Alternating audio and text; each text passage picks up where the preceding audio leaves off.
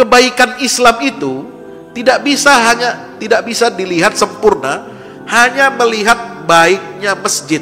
Kadang kita melihat, oh baiknya sebuah negeri ini muslim, ya, negeri ini bagus. Itu kalau kita lihat masuk ke negeri itu banyak masjidnya, rajin orang sholat di dalamnya, jamaah Jumatnya penuh. Enggak, kebaikan Islam itu tidak hanya itu. Kebaikan Islam itu ketika muncul dalam etalase besar yang namanya negara. Jadi Anda jangan tertipu. Bagus nggak Indonesia ini? Kalau dihitung melihat apa? Pakai kacamata Human Development Index. Siapa negara dengan indeks pembangunan manusia, negara dengan indeks kebahagiaan yang paling tinggi? Nggak ada. Dalam 10 besar itu negara Islam nggak ada. Indeks korupsinya yang paling rendah, 10 besar dunia, nggak ada negara Islam.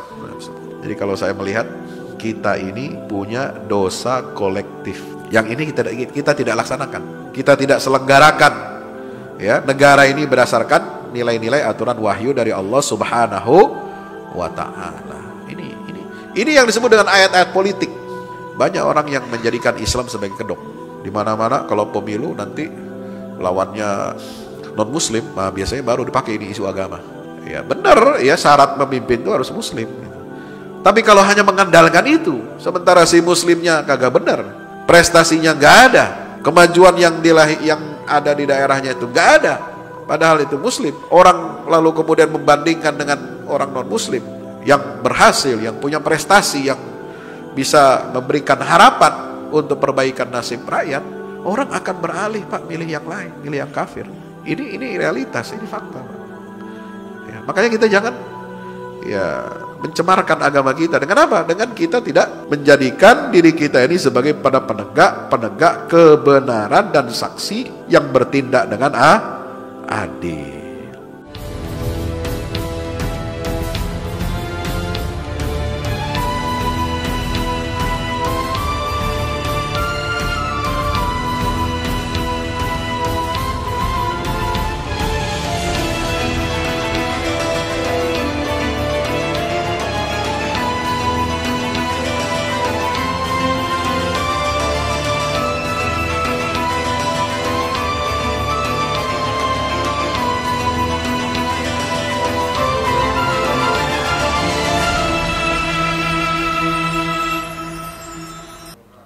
Bersyukur kita kehadirat Allah Subhanahu wa Ta'ala yang telah berikan kita nikmat karunia, taufik dan hidayah. Dengan kita mengucapkan alhamdulillahi rabbil alamin. Segala puja dan puji hanya milik Allah.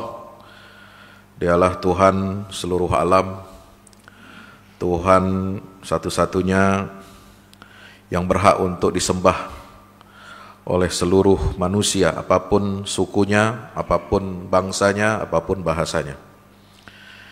Allah Subhanahu wa Ta'ala adalah Tuhan yang mengatur seluruh urusan dari dunia sampai akhirat. Tidak ada satupun yang luput, tidak ada satupun yang tidak diberikan tuntunannya dari Allah Subhanahu wa Ta'ala dalam semua urusan kehidupan manusia. Jangankan manusia, hal-hal yang kecil saja semua sudah ditakdirkan, sudah ditetapkan oleh Allah Subhanahu wa Ta'ala aturan-aturan dan sistemnya yang berlaku. Sebagaimana firman Allah, Sabbihisma rabbikal a'la alladzi khalaqa fasawwa walladzi qaddara fahada. Maka mari kita bertasbih kepada Allah Subhanahu wa Ta'ala dengan mengagungkan namanya, karena dialah yang menciptakan segala sesuatu, lalu kemudian dialah yang menyempurnakan ciptaan, dia memberikan tuntunan, petunjuk, fahada. Petunjuk satu-satunya bagi kebaikan kita di dunia dan di akhirat adalah wahyu yang diturunkan kepada Nabi kita Muhammad sallallahu alaihi wasallam, yaitu Al-Quranul Karim.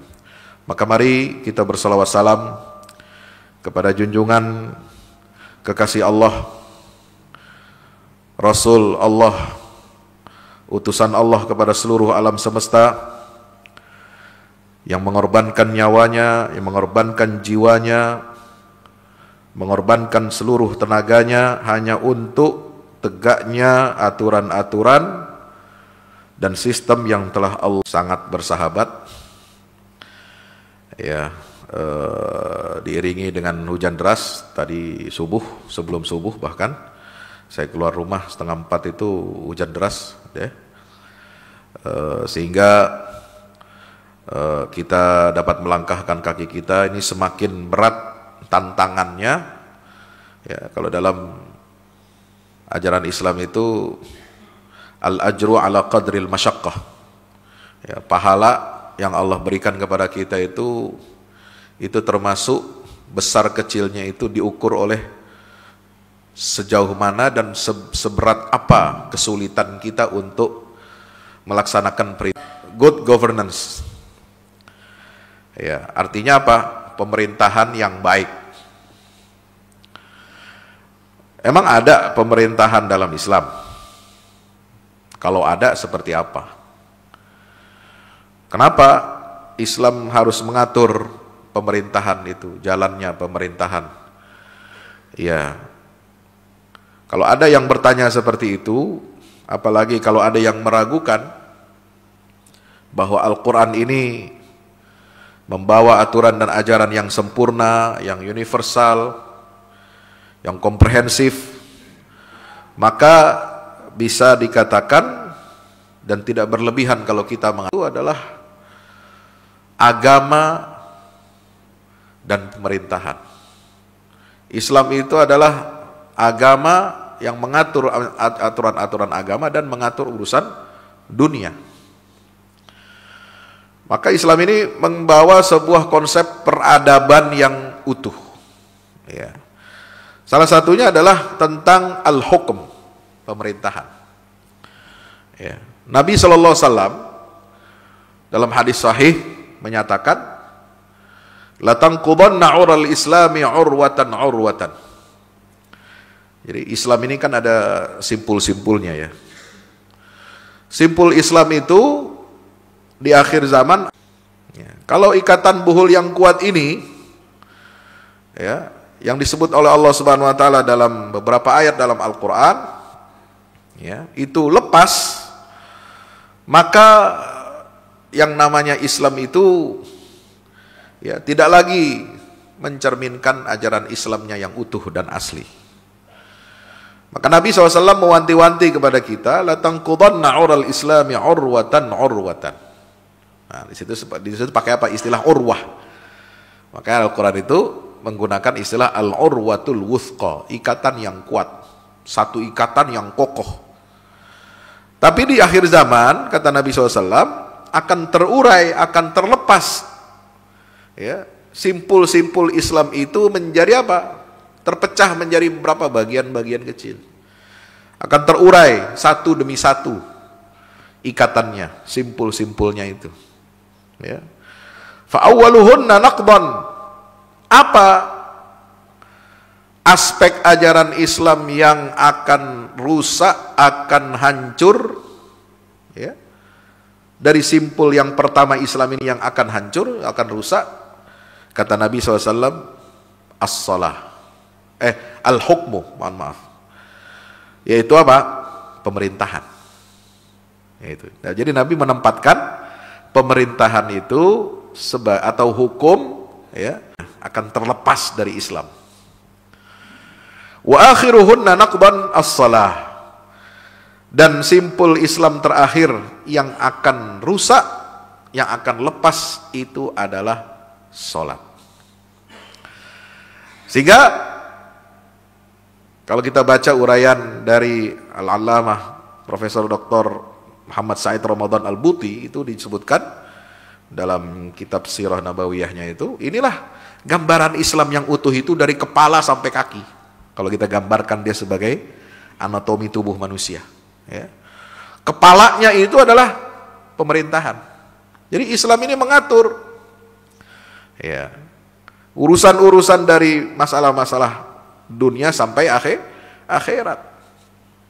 Ya, pengaturan itu penting.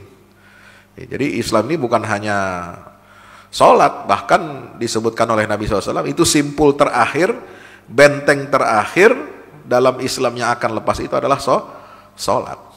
Jadi sholat itu bagian kecil daripada bangunan Islam. Dia menjadi apa? Menjadi tiangnya agama. As-salatu imaduddin. Sholat itu adalah tiang agama. Ini pondasi. Nah, pondasi itu paling pekerjaan paling paling utama, ya.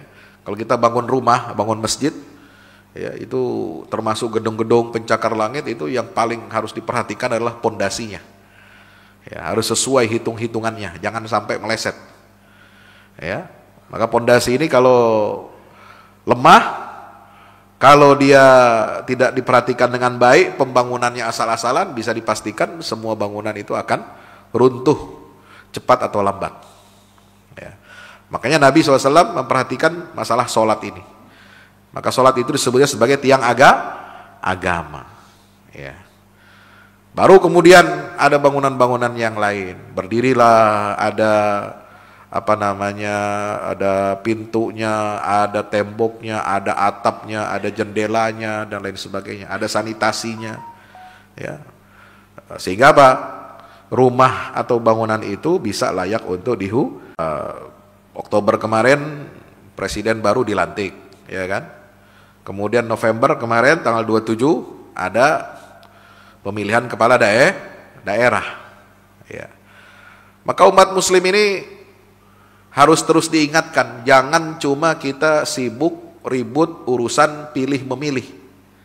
Ya, siapa yang dipilih? Koalisi apa? Ya, yang dipilih, calonnya siapa? Ya, kalau kita ribut tentang sosok, memang sosok itu penting.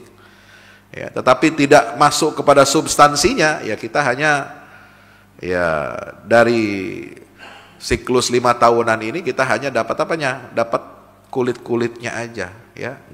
Beberapa di antara mereka yang menjadi apa? Pemimpin-pemimpin yang sukses.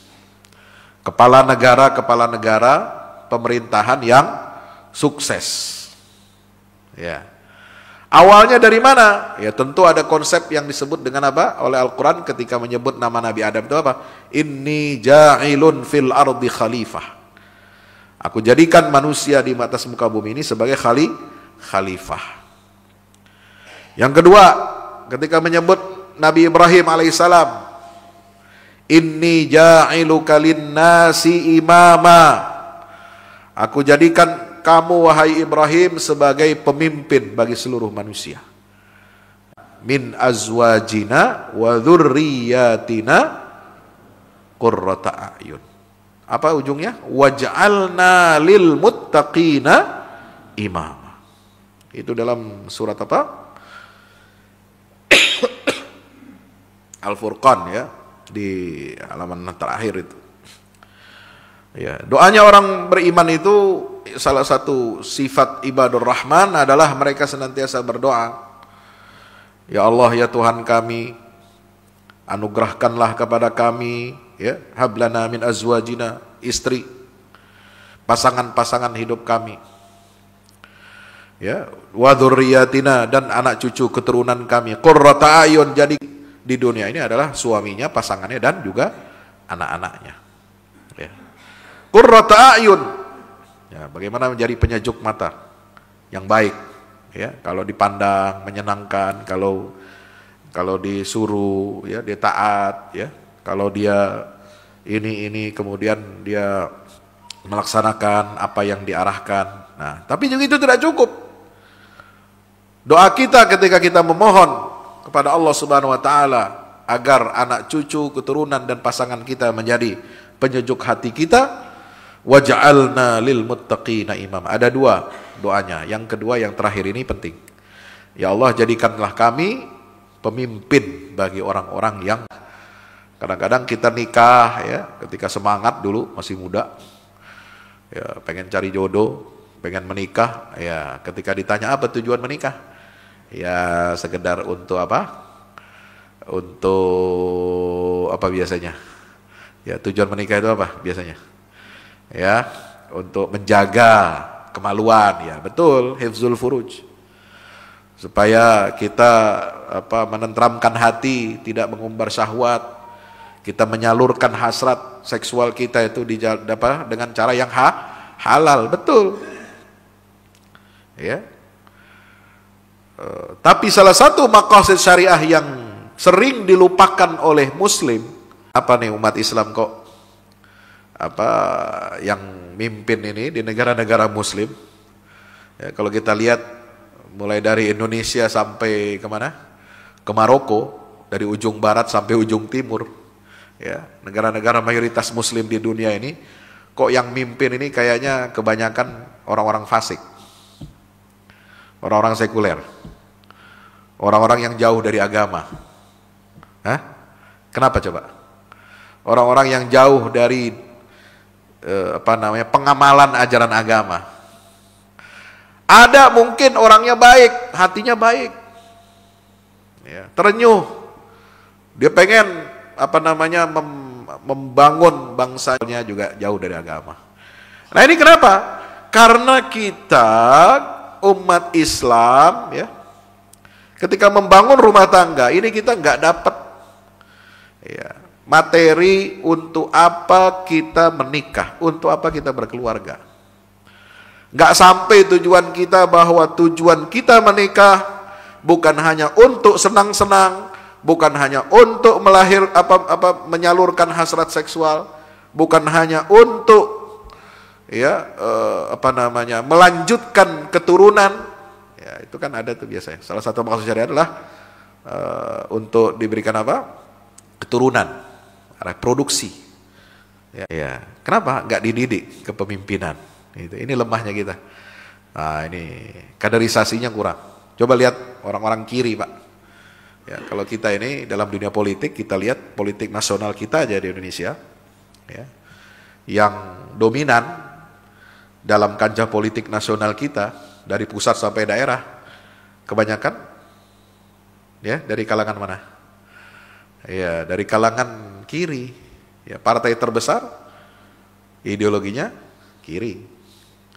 Ya, partai kedua terbesar sama juga. Ya, walaupun ada bau-bau religiusnya, ya, itu religius itu hanya slogan. Ya, yang penting beragama, yang penting ada bikin acara keagamaan, ya, tapi substansi keagamaan yang ditegakkan itu tidak nyampe. Ya. Nah, ini yang menjadi kelemahan kita. Ya. Kenapa? Karena banyak umat Islam, banyak orang Islam yang memahami konsep tentang kehidupan, memahami tentang pernikahan itu, ya, kurang ilmu. Ya, saya tidak mengatakan tidak berilmu. Ya, maka itu pentingnya kita senantiasa terus belajar, senantiasa untuk meningkatkan kapasitas. Ya, bagaimana kita memahami dan beragama tapi nggak baca. Ya, beragama tapi tidak berilmu. Sehingga apa? Rame majelis-majelis tablik akbar, ya, tapi ya isinya lenong, ya, isinya candaan-candaan, guyonan-guyonan yang nggak mutu, ya kan? Ya, orang datang ingin mendapatkan ketenangan, kesejukan. Ya, contoh tauladan yang baik, tapi disuguhi apa?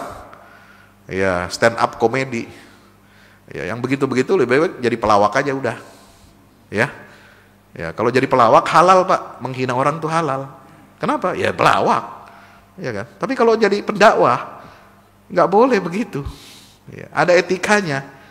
Ya, ente mau stand up komedi, mau caci maki orang, mau hina orang, orang ketawa biasa. Tapi dakwah mengajak orang untuk, ya, meningkatkan pemahaman dan pengamalannya terhadap Islam, tapi dengan cara-cara, ya, seperti pelawak, ya, itu nggak akan meningkatkan kualitas orang datang gitu. Ya, ini yang kita sayangkan. Ya, jadi dakwah ini jadi panggung hiburan. Ya, ini. Nah, itu satu. Yang kedua, kelemahan kita umat Islam ini apa? Ribut. Ya, ribut. Beda, mau bisanya ribut aja, ribut terus, makanya nggak bisa merebut kekuasaan. Sementara kalangan-kalangan sekuler, kalangan-kalangan yang kiri ini solid, dia mengerjakan, menggarap pemilih, menggarap rakyat. Ya. Maka dia bisa merebut kekuasaan. Nah ini, jadi kita ini bisanya ribut, ya. Nah, bagusnya bagaimana? Ya rebut dulu, ributnya belakangan. Ya, rebut dulu. Ya. Tapi kalaupun mau ribut, ributnya belakangan. Dan jangan sampai memecah belah persatuan umat Islam. Ini sebagai mukaddimah. Nah, apa saja prinsip pemerintahan yang baik dalam Islam? Ini biasanya disebut dengan ada ya terminologi ar-rasyidun, yaitu khulafaur ar-rasyidun, para khalifah yang baik, yang lurus, yang terbimbing, yang melaksanakan perintah-perintah Allah Subhanahu wa taala tegak lurus di dalam ajaran agama Islam. Itulah al-hukmur rasyid. Nah, bagaimana kita menegakkan pemerintahan yang baik? Apa syaratnya? Dalam Islam itu ya ditentukan. Pertama, harus ada apa? Ada al-adalah, keadilan. Ya, sebab keadilan ini prinsip utama dalam pemerintahan. Ya, terkenal pernyataan ya, seorang ulama besar, Syekhul Islam Ibnu Taimiyah mengatakan apa? Ya, innallaha yansuru ad-daulatal adilah wa in kanat kafiran. Wa in kanat kafirah. Allah akan menolong ya pemerintahan yang adil meskipun orangnya kafir. Ya, orang kafir tapi dia adil. Negaranya negara mayoritas kafir penduduknya, pemimpinnya, tapi dia adil, maka Allah pasti tolong negara itu. Ya, dengan apa? Lahirnya kesejahteraan, lahirnya kemakmuran, ya, tertib hukum, ya, tertib sosial, ekonominya bagus, ya, korupsinya minim, bahkan mungkin tidak ada. Ya, kesejahteraannya bagus, ya, semua terjamin, ya, sistemnya bagus itu. Walaupun dia kafir, kenapa? Karena menegakkan keadilan.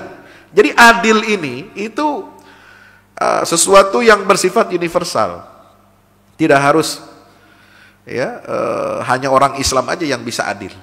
Orang kafir bisa adil. Contoh, dulu siapa? Raja Najasyi. Ya, Raja Najasyi ini raja yang dipuji oleh Nabi SAW, yang melindungi, memberikan suaka politik perlindungan kepada sahabat-sahabat Nabi yang hijrah pertama sebelum ke Madinah. Disebut oleh Nabi raja yang adil. Tidak akan ya dilanggar hak-hak orang-orang yang lemah. Nabi menyebutnya demikian. Maka Rasulullah SAW menetapkan sebuah patokan bahwa keadilan inilah asas daripada pemerintahan. Jadi kata Ibnu Taimiyah, innallaha la yansurud daulatal adilah wa in kanat kafiran.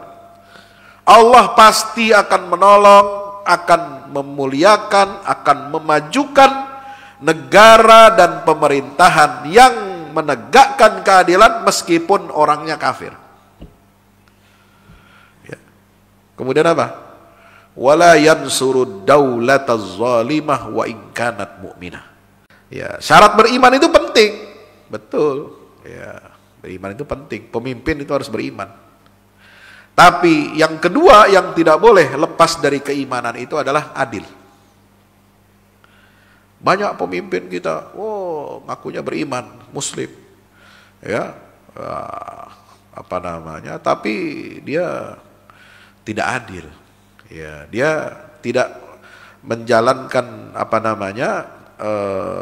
menerjemahkan keimanannya itu dalam bentuk keadilan, ya, dalam bentuk ketertiban hukum, ya, menjauhi korupsi dan lain sebagainya. Ya, yang terjadi apa? Soleh secara ritual, soleh, ya, tetapi harus soleh juga apa? Soleh secara sosial, soleh secara kepemimpinan. Ini kepemimpinan yang soleh itu adil. Insya Allah. Kenapa?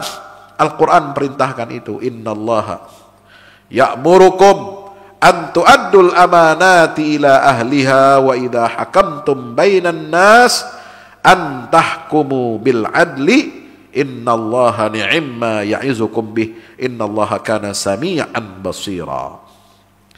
Bapak Ibu dirahmati Allah, dalam ayat tersebut Allah mengatakan apa?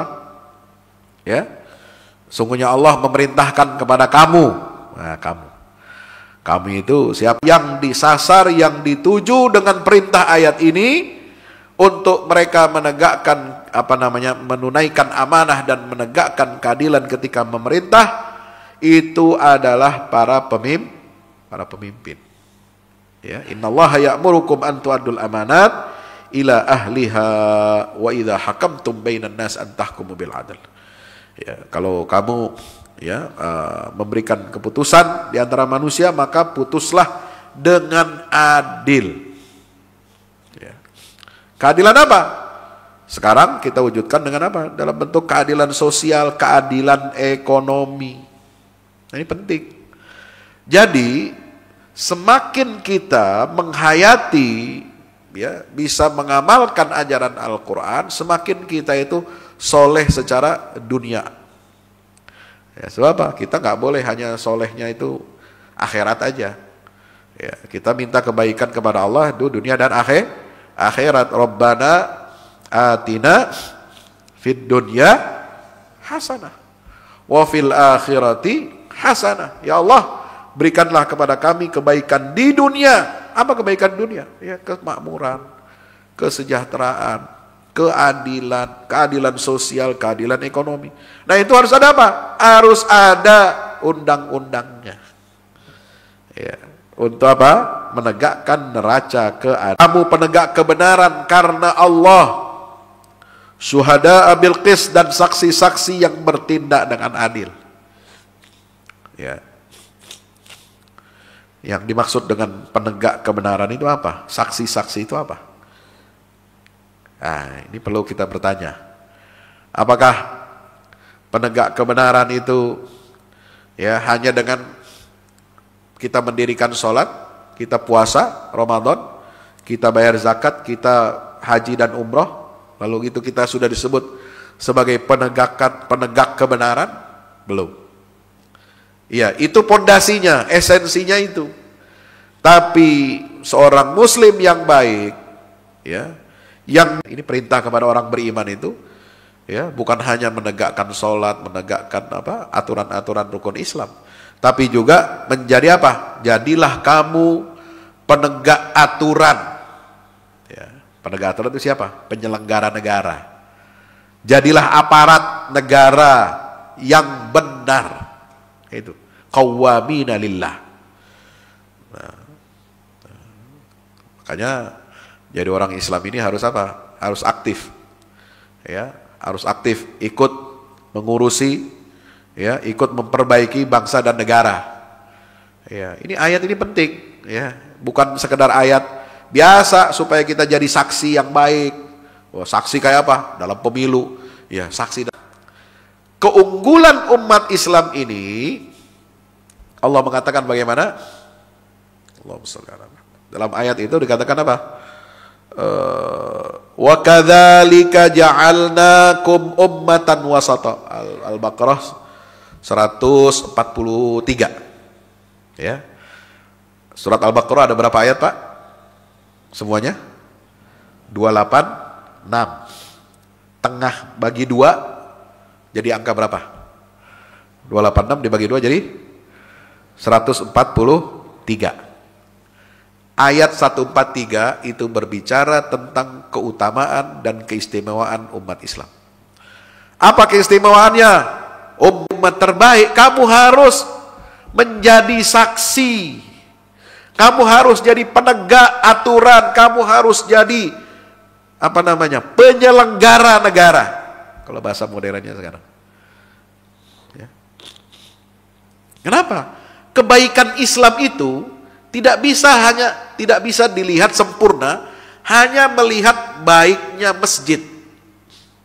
Kadang kita melihat, oh, baiknya sebuah negeri ini Muslim, Ya, negeri ini bagus, itu kalau kita lihat masuk ke negeri itu banyak masjidnya, rajin orang sholat di dalamnya, jamaah Jumatnya penuh. Enggak. Kebaikan Islam itu tidak hanya itu. Kebaikan Islam itu ketika muncul dalam etalase besar yang namanya negara. Ya. Jadi Anda jangan tertipu. Bagus nggak Indonesia ini? Kalau dihitung melihat apa? Pakai kacamata Human Development Index. Indeks pembangunan manusia. Atau indeks korupsi. Indonesia banyak masjidnya. Ya, betul. Ratusan ribu masjid dan musola. Ya, Islamic Center di mana-mana. Ya, gubernur, wali kota, bupati kalau mau pemilu berangkatin umroh banyak, betul. Itu cermin Islam. Syuhada. Jadi kata syuhada itu bagaimana menjadikan umat Islam ini umat terbaik, umat yang paling adil, umat yang menegakkan aturan-aturan di atas muka bumi ini sesuai dengan nilai-nilai wahyu. Dia harus apa? Menjadi penyelenggara negara. Nggak bisa nggak. Terapkan ajaran Islam itu dalam sistem bernegara, dalam praktek bernegara, dalam aturan-aturan bernegara. Baru kita jadi apa?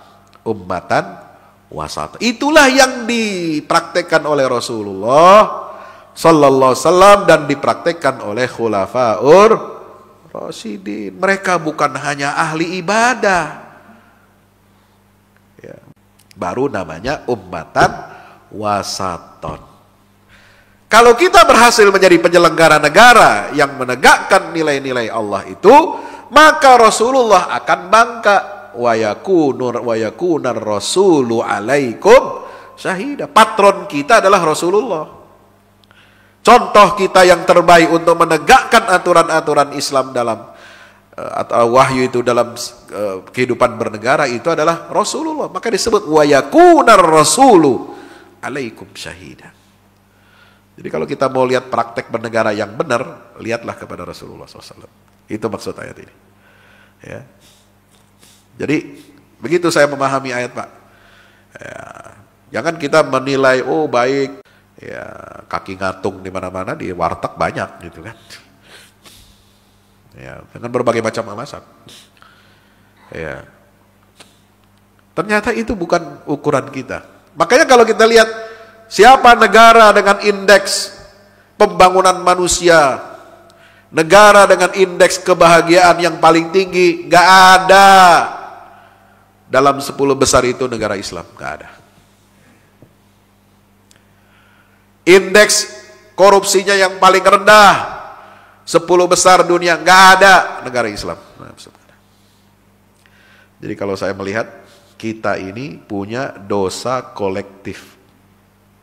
Kenapa? Ajaran, ada dosa-dosa yang lain, Pak. Yang ini kita tidak laksanakan. Kita tidak selenggarakan. Ya, negara ini berdasarkan nilai-nilai aturan wahyu dari Allah Subhanahu wa ta'ala. Ini yang disebut dengan ayat-ayat politik. Jadi ayat politik itu bukan, nggak ada tuh ayat politik dalam Islam. Ya, isinya tentang apa? Milih pemimpin fulan. Ya, yang penting agamanya Islam, enggak. Banyak orang yang menjadikan Islam sebagai kedok. Ya, di mana-mana kalau pemilu nanti lawannya non-muslim, nah biasanya baru dipakai ini isu agama. Ya benar, ya syarat pemimpin itu harus muslim gitu. Tapi kalau hanya mengandalkan itu, sementara si muslimnya kagak benar, ya prestasinya nggak ada, ya kemajuan yang ada di daerahnya itu nggak ada, padahal itu muslim, ya orang lalu kemudian membandingkan dengan orang non-muslim, ya yang berhasil, yang punya prestasi, yang bisa memberikan harapan untuk perbaikan nasib rakyat, orang akan beralih, Pak, milih yang lain, milih yang kafir. Ini realitas, ini fakta, Pak.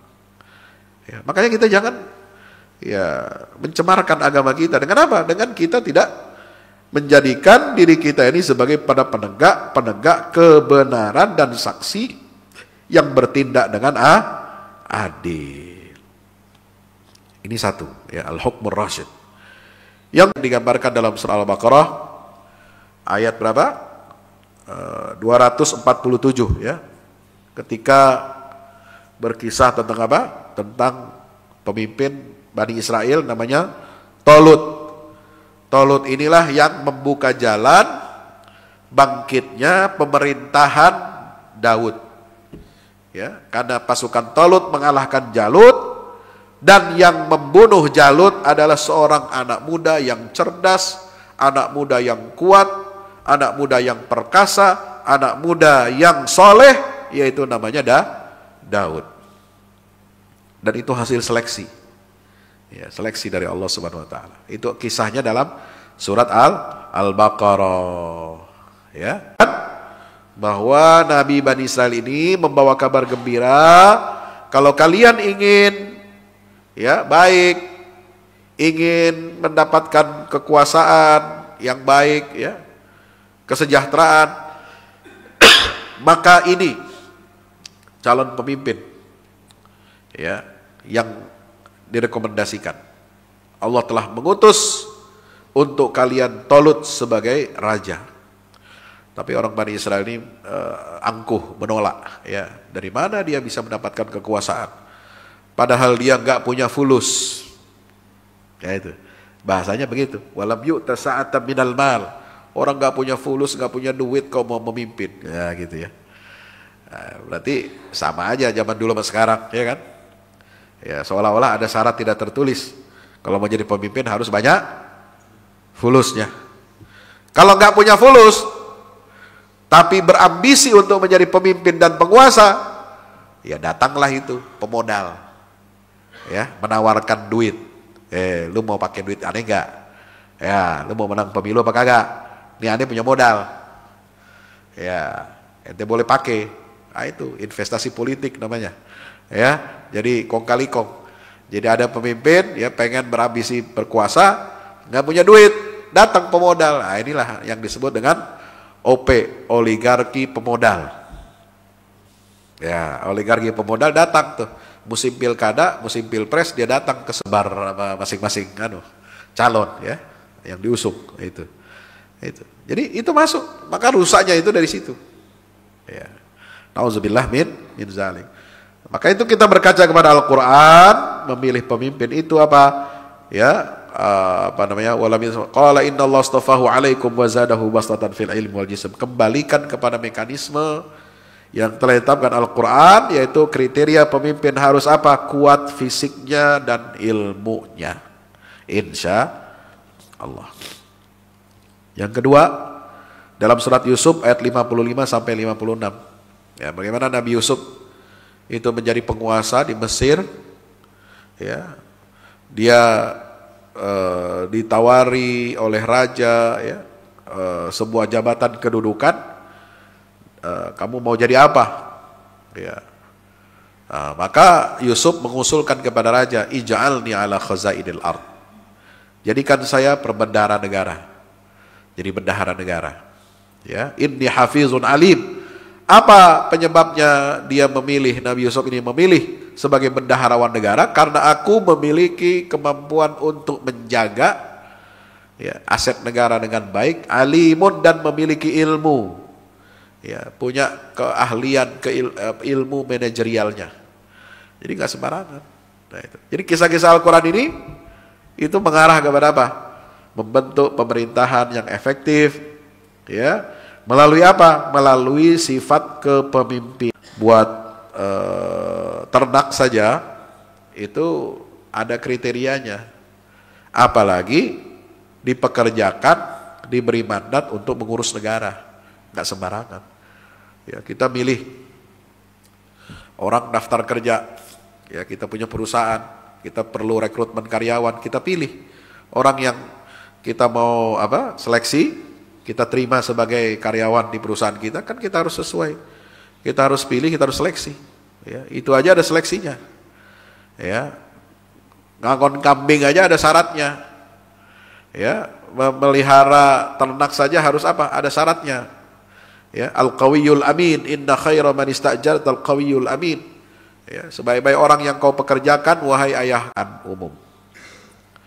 Ya, harus meningkatkan kualitas hidup. Ya, kualitas hidup umat Islam ini nggak boleh tertinggal, terbelakang.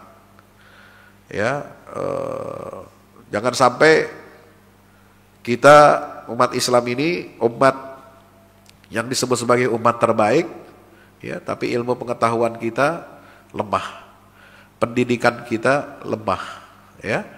Kemudian kualitas pembangunan manusia kita lemah. Gitu. Nah, ini nanti kita akan bertanggung jawab ini di hadapan Allah Subhanahu Wa Taala.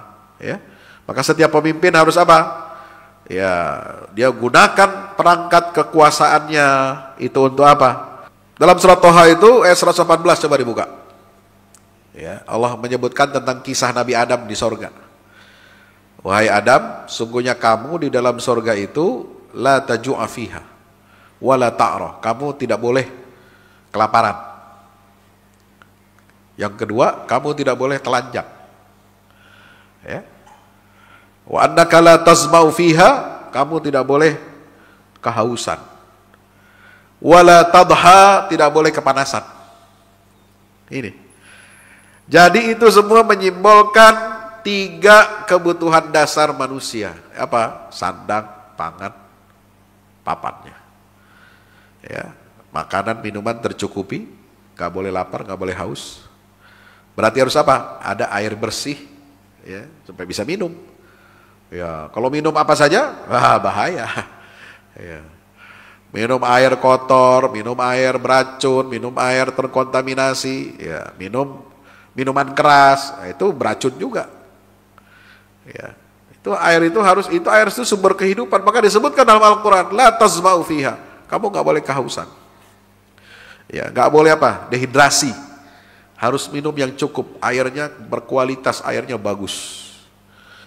Bagaimana menjaga air itu menjadi bagus? Nah, itu ilmu pengetahuan kita. Ya, karena Allah ya sudah berikan kita fasilitas. Ya, kehidupan di dunia ini, wa ja'alna minal ma'i kulla syai'in hayy.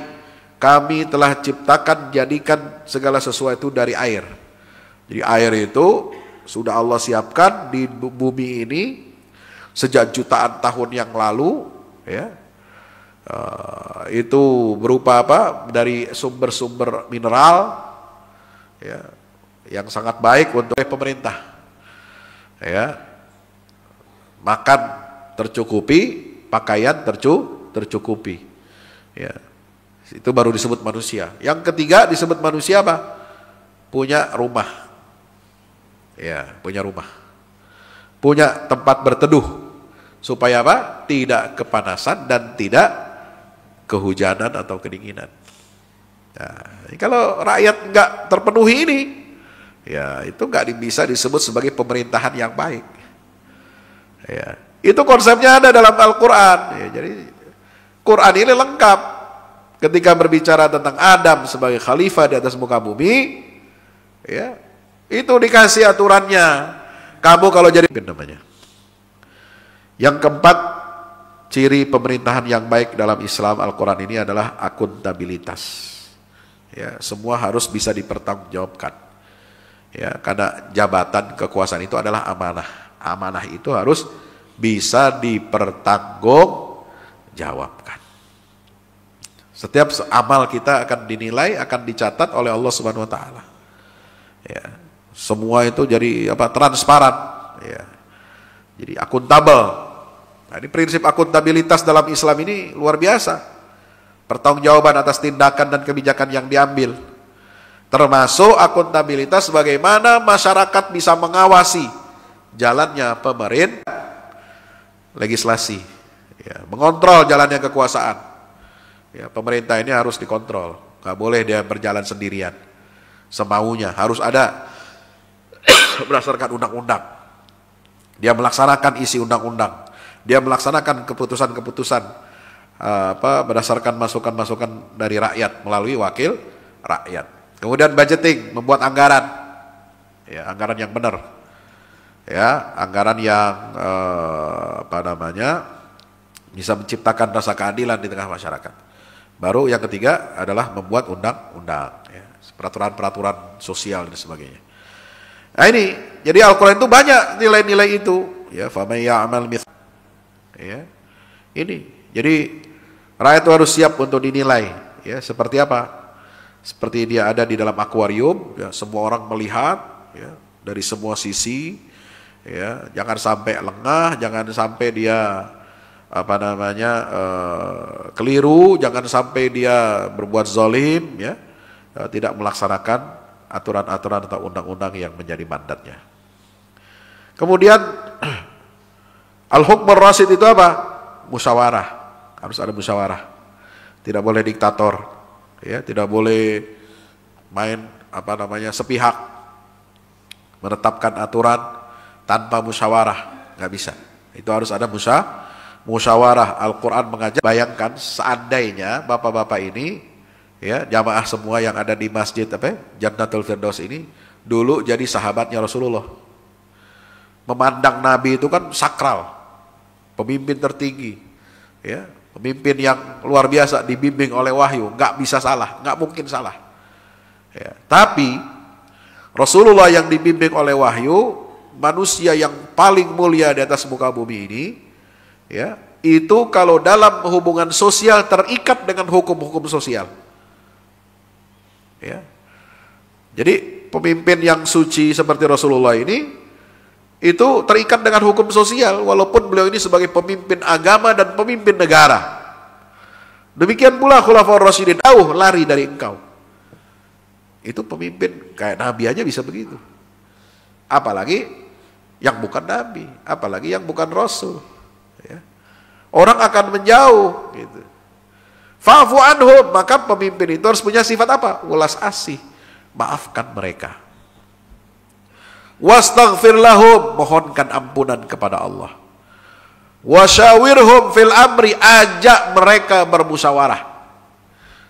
Ini pemimpin tertinggi nih Pak.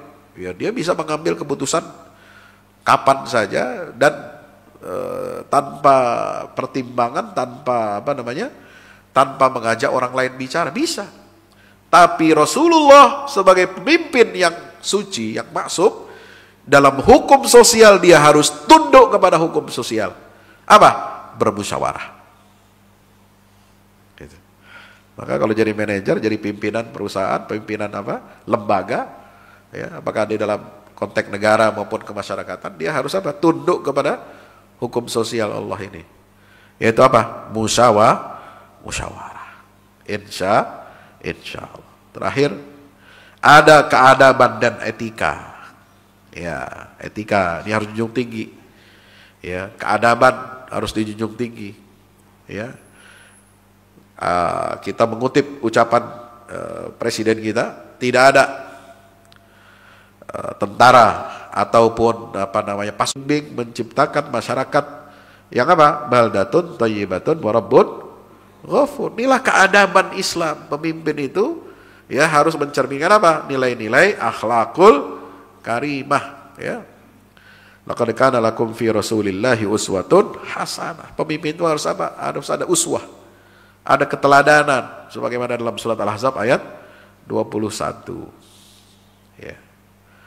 Nah, nampaknya seperti itu yang dapat saya sampaikan. Selain nanti ada kepatuhan terhadap syariah, ya, perlindungan hak asasi manusia, ini juga harus perlu dijaga dengan baik, ya, supaya kehidupan umat Islam ini, ya, terbimbing dengan baik dengan nilai-nilai ajaran dari Al-Quran dan Sunnah Rasulullah. Selain untuk ibadah, selain untuk reproduksi, selain untuk menyalurkan hasrat seksual yang halal, yaitu melahirkan calon-calon pemimpin. Kalau umat Islam yang soleh, ya, mandul, tidak bisa melahirkan pemimpin-pemimpin yang soleh, maka umat Islam mengalami penderitaan dan sengsara. Ya, itu akarnya dari sini, dari keluarga. Ya, makanya visi menikah itu seperti Salahuddin Al-Ayyubi. Salahuddin Al-Ayyubi ini punya bapak. Namanya siapa? Najmuddin Ayyub. Najmuddin Ayyub ketika dia mau menikah, ditawarin sama banyak pejabat, ya, banyak bangsawan, karena bapaknya bangsawan ini. Najmuddin Ayyub ini pangeran, seorang bangsawan dari Damaskus, ya, dari keluarga Al-Ayyubi, ya, Najmuddin Ayyub. Nah, ditawarin, ini kamu cocoknya sama ini, perempuan ini kaya, ini, enggak. Sebab apa? Dia pilih siapa yang akan menjadi calon pendamping hidupnya, akan menjadi ibu bagi anak-anaknya. Nah, ada juga ternyata calon istri yang menjadi jodoh beliau itu juga, ya, ditawarin juga, siapa, ya, kamu harus menikah sama laki-laki yang begini, bangsawan ini. Ya, dia punya murid perempuan, ya, mendengar percakapan dialog seperti itu. Nah, Syekh itu juga pernah mengajukan tawaran, kamu udah saatnya waktunya menikah, ya, siapa yang akan melamar kamu? Udah ada belum ada yang cocok, Syekh, ini kata si perempuan. Nah, pada satu waktu di majelis itu, dia dari belakang tirai, ya, dia dengarkan percakapan antara Najmuddin Ayyub ini dengan gurunya tentang kriteria siapa calon istri yang dia kehendaki. Apa kata Najmuddin Ayyub? Saya pengen, ya, menikah dengan perempuan, ya, di mana perempuan ini punya cita-cita yang mulia. Apa cita-cita yang mulia? Itu Allah kasih jalan, ya, ditutup, ya, supaya dia nggak nanya berapa gaji saya itu. Alhamdulillah itu. Kalau tahu gaji saya, wah, ngeri itu. Kenapa? Karena pendidikannya dari orang tuanya sudah terbiasa dicukupi, makmur gitu, ya. Tahu nih calon suaminya ustadz ini nggak ada duitnya, wah, repot. Apa cita-cita? Ternyata dia cari apa? Saya ingin cari perempuan sebagai istri saya yang cita-citanya adalah merawat, mendidik anak supaya anak-anak saya ini bisa membebaskan Yerusalem, Baitul Maqdis. Oh, keren tuh. Oh, Baitul Maqdis waktu itu kan dijajah, ulam pun tiba. Saya punya murid perempuan, nyari calon suami. Kriterianya kok sama dengan yang Anda punya itu. Pengen punya laki, ya, calon, ya, imam, ya, calon suami yang punya cita-cita mulia, ya, bagaimana mendidik anaknya nanti supaya jadi apa? Ya, pembebas Baitul Maqdis. Nah, disitulah bertemu cita-cita yang mulia ini, jadi pemimpin. Kan membebaskan Baitul Maqdis nggak bisa kalau nggak jadi pemimpin, Pak. Ya kan? Maka Salahuddin Al-Ayyubi digembleng, dibina oleh pamannya Nuruddin Zanki. Nuruddin Zanki ini nggak punya anak. Diangkat dia jadi anak, digembleng, dididik, ada di Baghdad. Coba bayangkan. Salahuddin itu cuma statusnya sultan. Sultan itu gubernur zaman itu. Ada khalifah. Khalifahnya di Baghdad, kagak bantu. Ya, jadi merdekanya Baitul Maqdis itu bukan karena ada khilafah. Ya, mohon maaf. Saya cuma ngomong aja gitu. Terima kasih. Mudah-mudahan bermanfaat. Assalamualaikum warahmatullahi wabarakatuh.